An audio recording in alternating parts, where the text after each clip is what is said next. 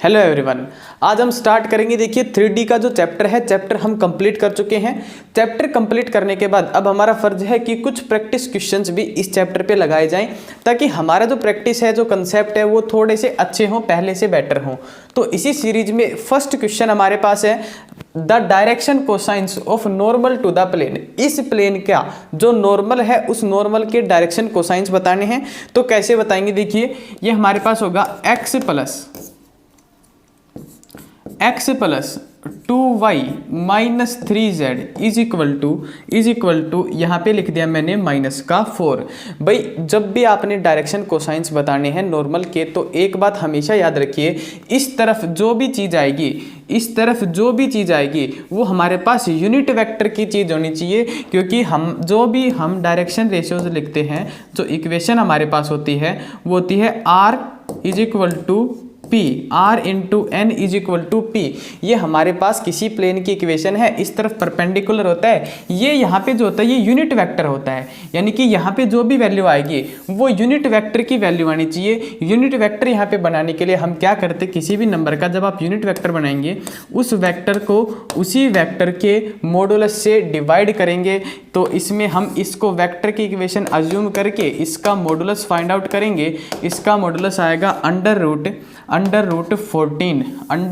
14। Direction cosines इसके हो गए। भाई इस पूरी इक्वेशन को अंडर रूट 14 से डिवाइड कर दिया, सभी को सेपरेटली अंडर रूट 14 से डिवाइड कर दिया। इसको अंडर रूट 14 से डिवाइड करने के बाद x का जो कोफिशिएंट है, ये पहला डायरेक्शन कोसाइन x एक्सिस की डायरेक्शन में, ये हमारे पास दूसरा, ये हमारे पास आ गया माइनस का 3 अपॉन अंडर रूट 14।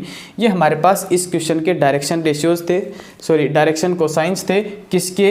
इस जो प्लेन था, प्लेन के नॉर्मल के। ये बात आप एक बार दोबारा से समझिए। पूरी जो इक्वेशन थी इसमें x का कोफिशिएंट का स्क्वायर प्लस y के कोफिशिएंट का स्क्वायर प्लस z के कोफिशिएंट का स्क्वायर कंप्लीट का अंडर रूट, उससे आपने पूरी इक्वेशन को डिवाइड करना है। डिवाइड करने के बाद इसका जो कोफिशिएंट आएगा, इसका जो कोफिशिएंट आएगा और इसका जो कोफिशिएंट आएगा, ये हमारे पास डायरेक्शन कोसाइंस होंगे। नेक्स्ट क्वेश्चन देखिए,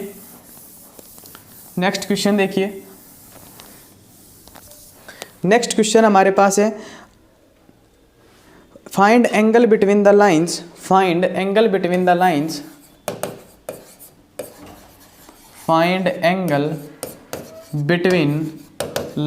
दो लाइन के बीच में आपने एंगल फाइंड आउट करना है।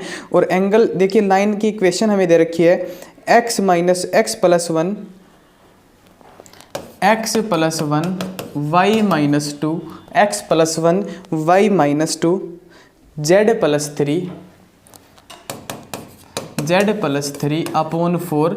और जो सेकंड लाइन का इक्वेशन हमारे पास है वो हमें दे रखा है, ये है इसके अपॉन में 2, इसके अपॉन में 5। सेकंड इक्वेशन देखिए, सेकंड इक्वेशन अपने पास है x minus 1 upon 1 y plus 2 upon 2। Last हमारे पास है z minus 3 upon minus 3, z minus 3 upon minus 3।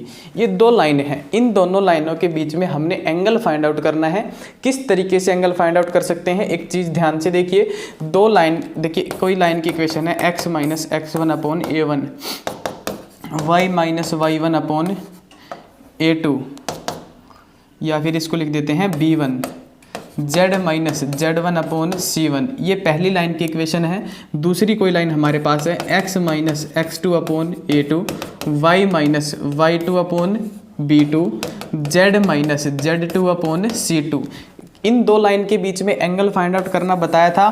Cos theta is equal to a1 a2 plus b1 b2 plus c1 c2 upon under root a1 का square b1 का square c1 का square under root a2 का square b2 का square c2 का square. इस तरीके से किन्हीं भी दो लाइन के बीच में हम एंगल फाइंड आउट कर सकते हैं। यही कंसेप्ट इस क्वेश्चन के अंदर हमने अप्लाई करना है। तो यहाँ से हमारे पास आएगा cos theta is equal to 1 की मल्टीप्लाई 2 के साथ, 2 की मल्टीप्लाई 5 के साथ, 3 की मल्टीप्लाई 4 के साथ अपॉन अंडर रूट, यह आएगा 1 प्लस 4 प्लस 9 अंडर रूट, वहाँ से हमारे पास आएगा 2 + 25 + 16। इस इक्वेशन को आप लोगों ने सोल्व करना है। इस इक्वेशन को सोल्व करने के लिए क्या करेंगे, सिंपल सा देखिए, कुछ नहीं है, बड़ी ही आसान सी इक्वेशन है, बहुत ही प्यारा सा क्वेश्चन था। इस क्वेश्चन में 10 में 2 ऐड करा 12, 12 में से 12 सब्ट्रैक्ट करा, ऊपर आया 0 अपॉन, नीचे हमारे पास कोई भी वैल्यू आए, मान लिया 0 अपॉन समथिंग, 0 अपॉन समथिंग भी हमारे पास मैथमेटिक्स में किसके इक्वल आएगा, 0 के इक्वल। कोस थीटा की value 0, it implies that theta की वैल्यू हमारे पास होनी चाहिए 90 डिग्री। थीटा की वैल्यू कितनी होनी चाहिए, 90 डिग्री। तो ये जो दो लाइनें थी, इन दोनों लाइंस के बीच में जो एंगल आया, एंगल हमारे पास आया 90 डिग्री। ये देखिए अब क्वेश्चन कंप्लीट आ गया। थोड़ा सा ये कैमरा में कट गया था क्वेश्चन, एक बार इस तरफ का क्वेश्चन कंप्लीट देख लीजिएगा। सेकंड देखिए हमारे पास क्या हो सकता है, एक और क्वेश्चन देखिए, next question, find length of perpendicular, find length of perpendicular, find length of perpendicular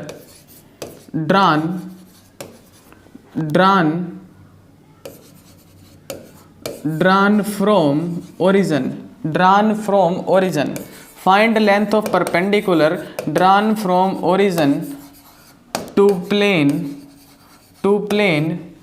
3x + 4y + 5z - 3 = 0। ये कोई प्लेन का इक्वेशन गिवन है। इस प्लेन के ऊपर हमने क्या करा, ओरिजिन से एक परपेंडिकुलर ड्रॉ करा। उस परपेंडिकुलर का लाइन हमें परपेंडिकुलर का जो डिस्टेंस है वो डिस्टेंस फाइंड आउट करना है।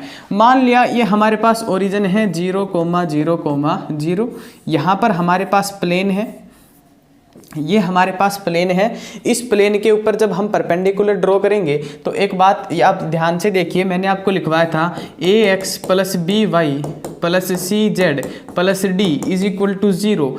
इसके ये एक प्लेन है, इस प्लेन के ऊपर अगर x1 y1 और z1 किसी पॉइंट से हम कोई परपेंडिकुलर ड्रॉ करते हैं, उसका डिस्टेंस कितना बताया था, ax1 + by1 + cz1 + d इसका modulus upon under root x के कोफिशिएंट का स्क्वायर, y के कोफिशिएंट का स्क्वायर, z के कोफिशिएंट का स्क्वायर। इस तरीके से डिस्टेंस फाइंड आउट करते थे। यही कंसेप्ट हमने यहाँ पे लगाया। तो x, y और z की जगह इस बार पॉइंट है ओरिजिन यानी कि 0, 0, 0। x इसकी जगह 0 पुट करा, कंप्लीट 0। यहाँ पे यहाँ तक सारी वैल्यू 0 आएंगे। डिस्टेंस आएगा modulus of -3 upon under root 3 का स्क्वायर 9, 4 का स्क्वायर 16, 5 का स्क्वायर 25। यहाँ से आंसर आया -3 का मॉडुलस +3 अपॉन अंडर रूट 50। ये इस क्वेश्चन का आंसर था। इस क्वेश्चन को इस तरीके से हम लोग कर सकते थे, आसान सा क्वेश्चन था, बस इसलिए कराया गया ताकि सारा कंसेप्ट आपका 3D का इसी लेक्चर के अंदर कवर हो। नेक्स्ट क्वेश्चन देखिए, फाइंड इंटरसेप्ट फॉर्म, या फिर आप इसमें डायरेक्ट लिखिए व्हाट इज इंटरसेप्ट फॉर्म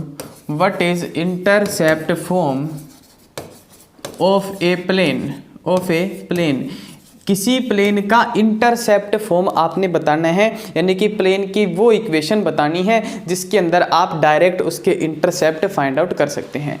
उस इक्वेशन के लिए आपने कुछ नहीं करना, डायरेक्ट मैं आपको रिजल्ट लिखवाऊंगा, वो रिजल्ट आपने नोट करना है। तो किसी भी प्लेन का जो इंटरसेप्ट फॉर्म है वो डायरेक्ट सभी बच्चे याद रखेंगे, x/a + y/b + z/c = 1। x/a + y/b + z/c = 1। ये किसी भी प्लेन की इंटरसेप्ट फॉर्म हमारे पास है। इस तरीके से यहाँ पे a की जो वैल्यू है ये x इंटरसेप्ट है, b जो है ये y इंटरसेप्ट है, c जो है ये z इंटरसेप्ट है। इस चीज़ को नोट करेंगे। अभी इसके ऊपर एक क्वेश्चन आपको कराएंगे। इसके ऊपर देखिए क्वेश्चन करते हैं, इसी ये जो हमने इक्वेशन लिखवाई है आपको प्लेन की, इसी इक्वेशन के ऊपर एक क्वेश्चन हम ट्राई करते हैं। तो क्वेश्चन सभी बच्चे नोट करेंगे। Find sum of intercepts, find sum of intercept, find sum of intercept made on axis, made on axis by plane, plane का इक्वेशन गिवन है x upon a sorry x upon 3 plus y upon 4 plus z upon 5 is equal to 1। हमने क्या करना है, intercept जो है, intercept जो है, या फिर आप थोड़ा सा एक काम करेंगे इक्वेशन थोड़ी सी चेंज करेंगे, 3x plus 4y, 3x plus 4y plus 3x plus 4y plus 5z plus 50 is equal to 0, plus 50 is equal to 0, ये इक्वेशन है। इस प्लेन का हमने बताना है इंटरसेप्ट जो है, इंटरसेप्ट का सम कैसे बताएंगे। सिंपली सबसे पहले इसको इंटरसेप्ट फॉर्म के अंदर हम कन्वर्ट करेंगे। तो इसको कन्वर्ट करने के लिए हम लिखेंगे 3x plus 4y plus 5z is equal to minus का 50। अब क्या करेंगे, पूरी इक्वेशन को माइनस 50 से डिवाइड करेंगे। आप एक काम करेंगे, इसमें आप एक काम कर सकते हैं, इस क्वेश्चन में आप कर सकते हैं, ये जो थोड़ा सा चेंज करेंगे इक्वेशन में, थोड़ा इजी फॉर्मेशन के लिए आप इसको लेकर के चलेंगे 15 नहीं 25 30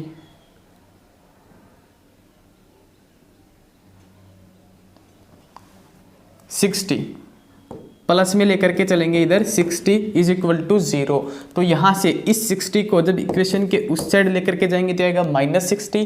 यहाँ से हमारे पास आया, पूरी इक्वेशन को माइनस 60 से डिवाइड करा, 3x upon minus 60 plus 4y upon minus 60 plus 5z upon minus का 60 इज इक्वल टू 1। यहाँ से आया x upon minus 20 plus y upon minus 14, y upon minus 14 plus z upon minus 12 is equal to 1, z upon minus 12 is equal to 1। यहाँ से sum of intercept हमने find out करना था। ये x intercept है, ये y इंटरसेप्ट है, ये z, इन सभी को हमने सिर्फ ऐड करना है। तो ये हमारे पास आंसर आएगा -20 माइनस का 26, और ये हो गया -46 जो है इस क्वेश्चन का आंसर है। सम ऑफ इंटरसेप्ट कितना आएगा, -46। इस तरीके से ये क्वेश्चन आप लोग कर सकते थे। नेक्स्ट क्वेश्चन देखिए, नेक्स्ट क्वेश्चन क्या है हमारे पास,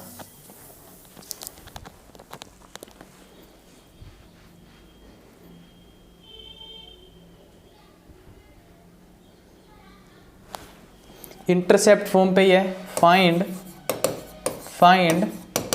intercept, find intercept on axis by plane, और प्लेन का इक्वेशन हमें दे रखा है 5x minus 3y, 5x minus 3y plus 6z is equal to 60, ये प्लेन की इक्वेशन है। हमने बताना है ये प्लेन एक्सिस के ऊपर जो इंटरसेप्ट कट करेगा उन इंटरसेप्ट की value.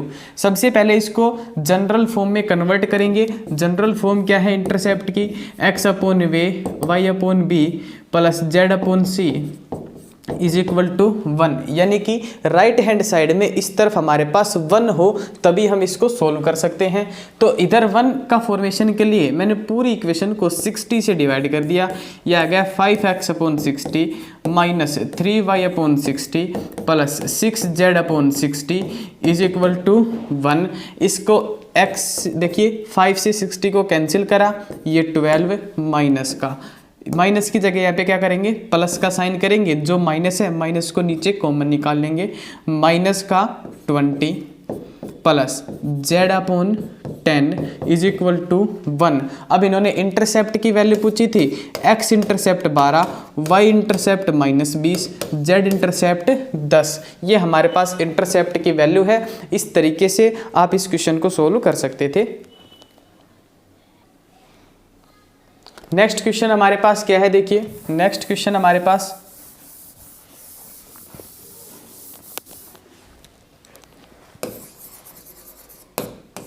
if a line makes equal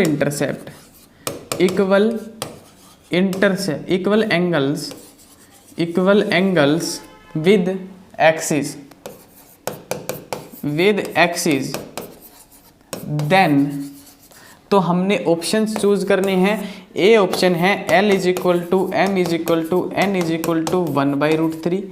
B option हमारे पास है L = M = N = -1/√3।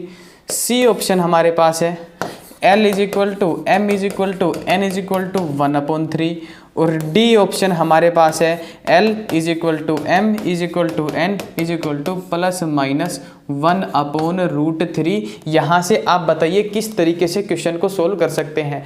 A line makes equal angle with axis, एक लाइन है वो एक्सिस के साथ इक्वल एंगल का फॉर्मेशन करता है। तो आप हमें बताइए कि इनमें से कौन सा ऑप्शन ठीक है। भाई L, M और N जो है यहाँ पे डायरेक्शन कोसाइंस है, ये बात आपको पता होगी। L,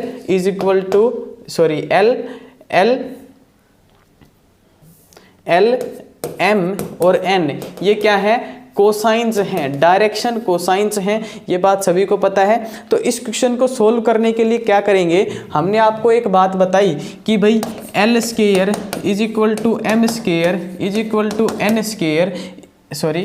L² प्लस में M² प्लस में N² = कितना होता है 1। अब आप एक बात बताइए, कोई लाइन ऐसी है वो सभी के साथ इक्वल एंगल का फॉर्मेशन करता है। इक्वल एंगल का जब भी लाइन फॉर्मेशन करेगा तो L की वैल्यू और M की वैल्यू और N की वैल्यू ये सभी क्या होंगी, ये वैल्यूज़ भी इक्वल होंगी। तो हमारे पास आ गया भाई M और N की जगह भी मैं यहाँ पे L पुट कर देता हूँ। L² प्लस में L² प्लस में L² = 1। यहाँ से आया 3L² = 1। यहाँ से L² की वैल्यू 1/√3, L की वैल्यू ±1/√3 ±1/√3, यानी कि डी ऑप्शन हमारे पास जो था वो 100% राइट ऑप्शन था। नेक्स्ट क्वेश्चन देखिए, नेक्स्ट हमारे पास क्या है।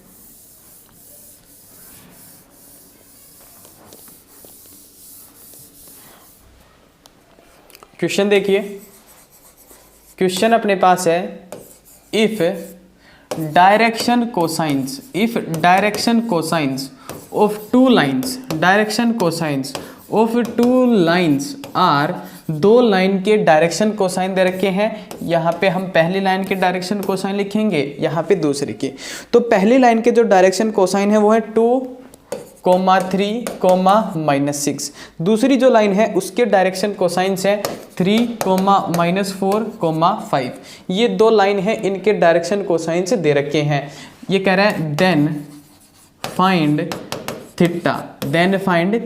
थीटा का मतलब आपने इन दोनों लाइंस के बीच में जो एंगल है वो एंगल का वैल्यू फाइंड आउट करनी है। कैसे करेंगे भाई, बताया था cos theta = L1 L2 plus M1 M2 plus N1 N2 upon √ L1 का स्क्वायर प्लस में L2 का स्क्वायर प्लस में L1 का स्क्वायर M1 का स्क्वायर N1 का स्क्वायर √ L2 का स्क्वायर M2 का स्क्वायर N2 का स्क्वायर। यहाँ पे आपने एक बात ध्यान रखनी है। देखिए इस क्वेश्चन के अंदर थोड़ा सा चेंजमेंट करेंगे। चेंजमेंट क्या करेंगे, डायरेक्शन कोसाइंस की are of two lines are, यहाँ पे एक वर्ड लिखेंगे प्रोपोर्शनल, मतलब कि ये एग्जैक्ट डायरेक्शन कोसाइंस नहीं है, ये डायरेक्शन कोसाइंस एग्जैक्ट नहीं है, लेकिन इन दो लाइन के जो भी डायरेक्शन कोसाइन आएंगे वो इन्हीं के प्रोपोर्शनल रेशियो में होंगे। या फिर एक दूसरे तरीके से हम ये मान के चल सकते हैं कि ये डायरेक्शन कोसाइंस ना होकर के डायरेक्शन रेशियोज हैं, डायरेक्शन कोसाइंस ना होकर के डायरेक्शन रेशियोज हैं। आप क्वेश्चन का स्टेटमेंट एक बार दोबारा से पढ़ेंगे। If direction cosines of two lines are proportional to 2,3,-6, 3,-4,5। अगर डायरेक्शन कोसाइंस इसके प्रोपोर्शनल है तो क्या करेंगे, तो भाई इसकी इसके साथ मल्टीप्लाई 6, 3 की इसके साथ -12, 6 की इसके साथ -30 अपॉन अंडर रूट 2 का स्क्वायर 4, 3 का स्क्वायर 9, 6 का स्क्वायर 36। उसी तरीके से इधर करेंगे 9, 16 और 25। यहाँ से हमारे पास आंसर आएगा, यहाँ से आंसर आएगा, देखिए 6 में से 12 गए, माइनस का 6, यह आएगा -36 अपॉन ये आएगा √50, एक आएगा वैल्यू यहाँ से 7, इसकी वैल्यू 7, इसकी वैल्यू √50, इस तरफ चल रहा था कोस थीटा, तो यहाँ से थीटा की वैल्यू हमारे पास आ गई कोस इनवर्स -36 अपॉन 7 अंडर √50। ये इस क्वेश्चन का आंसर था। इस तरीके से आपने फाइंड आउट करना था। लेकिन एक केस मान के चलते हैं, इस क्वेश्चन में दे दिया कि यही डायरेक्शन कोसाइंस अगर हो तो किस तरीके से सोल्व करेंगे, तो आप थोड़ा सा चेंजमेंट करेंगे क्वेश्चन के अंदर।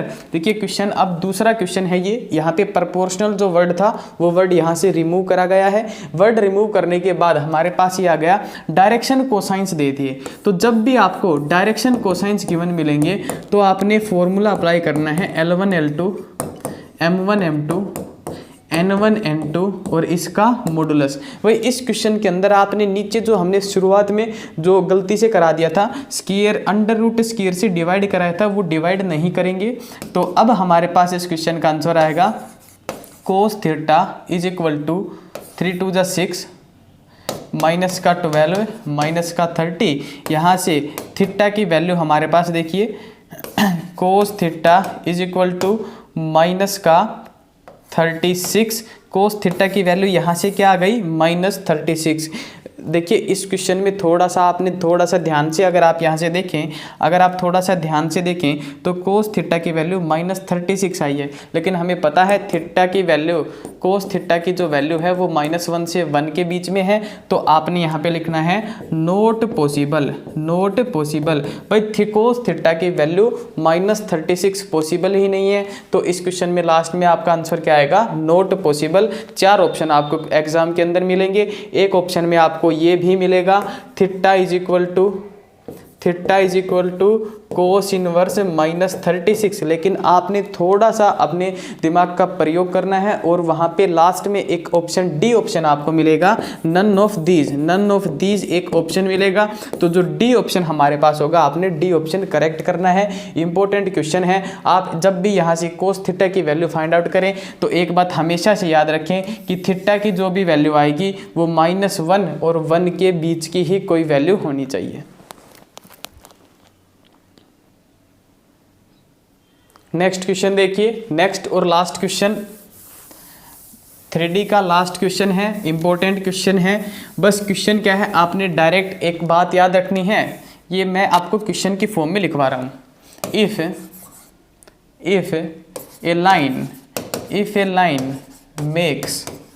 Line makes angle alpha beta gamma and delta with 4 diagonals of a cube, 4 diagonals of a cube, then find sin square alpha। ये 1 मिनट, ये वैल्यू मैं चेक कर लेता हूँ। ये हमारे पास sin square alpha plus sin square beta plus sin square gamma plus sin square delta. इसके option हमें दे रखे हैं A, B, C और D। पहला ऑप्शन है 8/3, दूसरा ऑप्शन है 3/8, 8/3, 3/8, 7/3 और 1। ये 4 ऑप्शन दे रखे हैं। 4 ऑप्शंस में से आपने चूज करना है करेक्ट ऑप्शन। तो इस क्वेश्चन को आप डायरेक्ट याद रखेंगे। अगर ऐसी कोई लाइन है जो किसी क्यूब के चारों डायगोनल के साथ अल्फा बीटा गामा और डेल्टा एंगल का फॉर्मेशन करता है, तो उस केस में sine square alpha plus sine square beta plus sine square gamma और साइन स्क्वायर डेल्टा की जो वैल्यू होगी वो होगी 8/3 3, देखिए 3/8 और 8/3 में आप लोगों ने कंफ्यूज नहीं होना है, इसकी वैल्यू हमारे पास आएगी 8/3। तो आज हमने प्रैक्टिस क्वेश्चंस करे 3D के। ये चैप्टर जो था, ये चैप्टर अब मैं मान के चल रहा हूँ कि कंप्लीट हो चुका है। बाकी आप लोग किसी भी प्रैक्टिस बुक से, रेफरेंस बुक से प्रैक्टिस कर सकते हैं और अपने एग्जाम की तैयारी को एक पीक लेवल पे पहुंचा सकते हैं। थैंक यू, जय हिंद।